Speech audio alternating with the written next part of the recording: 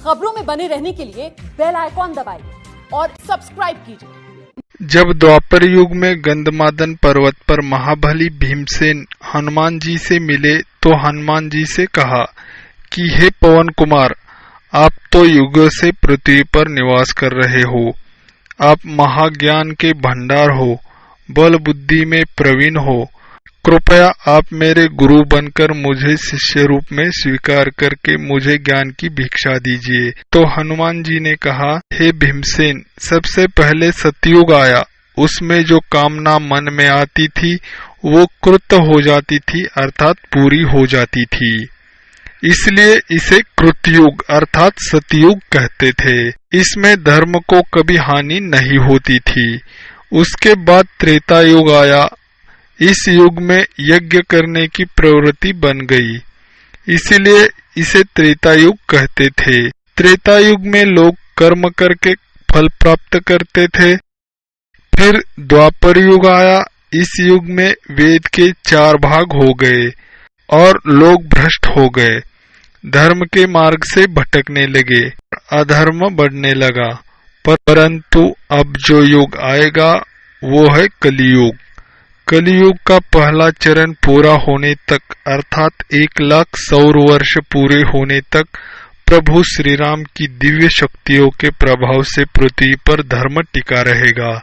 इस युग के दूसरे चरण में धर्म धीरे धीरे खत्म हो जाएगा। दुष्कर्म के कारण मनुष्य को उसकी इच्छा के अनुसार फल नहीं मिलेगा। चारों ओर अधर्म ही अधर्म का साम्राज्य दिखाई देगा। मगर जब तक प्रभु श्री राम के भक्त पृथ्वी पर होंगे तब तक उन्हें मिटाने का सामर्थ्य किसी में भी नहीं है, फिर वो दुष्ट कली हो या दैत्यराज बलि हो।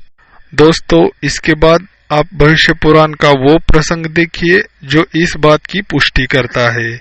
तब बलि ने अपने मित्र कली के साथ वामन भगवान के पास आकर नमस्कार कर कहा, हे सुरोत्तम, मुझ पर प्रसन्न होकर आपने मेरे लिए कली को बनाया है, परंतु वह कली वात्य द्विजों के द्वारा तिरस्कृत कर दिया गया है। प्रभु, कलयुग के एक चरण व्यतीत होने में थोड़ा ही समय शेष है। इतने समय में मेरी अपेक्षा देवों का अधिक राज्य रहा। मैंने तो देवेंद्र की माया के कारण पृथ्वी का अधिकार छोड़ दिया है, अतः आप मेरे मित्र इस कली की रक्षा करें। मानव काल के द्वितीय युग को त्रेता युग कहते हैं। त्रेता युग में विष्णु के 5वें, 6ठे तथा 7वें अवतार प्रकट हुए थे। ये अवतार वामन, परशुराम और राम थे। ये मान्यता है कि इस युग में वृषभ रूपी धर्म 3 पैरों में खड़े हुए थे। इससे पहले सतयुग में वह 4 पैरों में खड़े थे। इसके बाद द्वापर युग में वह 2 पैरों में और आज के अनैतिक युग में, जिसे कलियुग कहते हैं, सिर्फ 1 पैर पर ही खड़े रहे।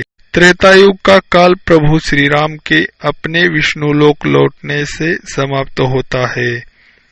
त्रेता युग 12,96,000 वर्ष का था। ब्रह्मा का एक दिन 10,000 भागों में बांटा जाता है, जिसे चरण कहते हैं, अर्थात 4 युग, और उसे सौर वर्ष के हिसाब से बांटा गया है।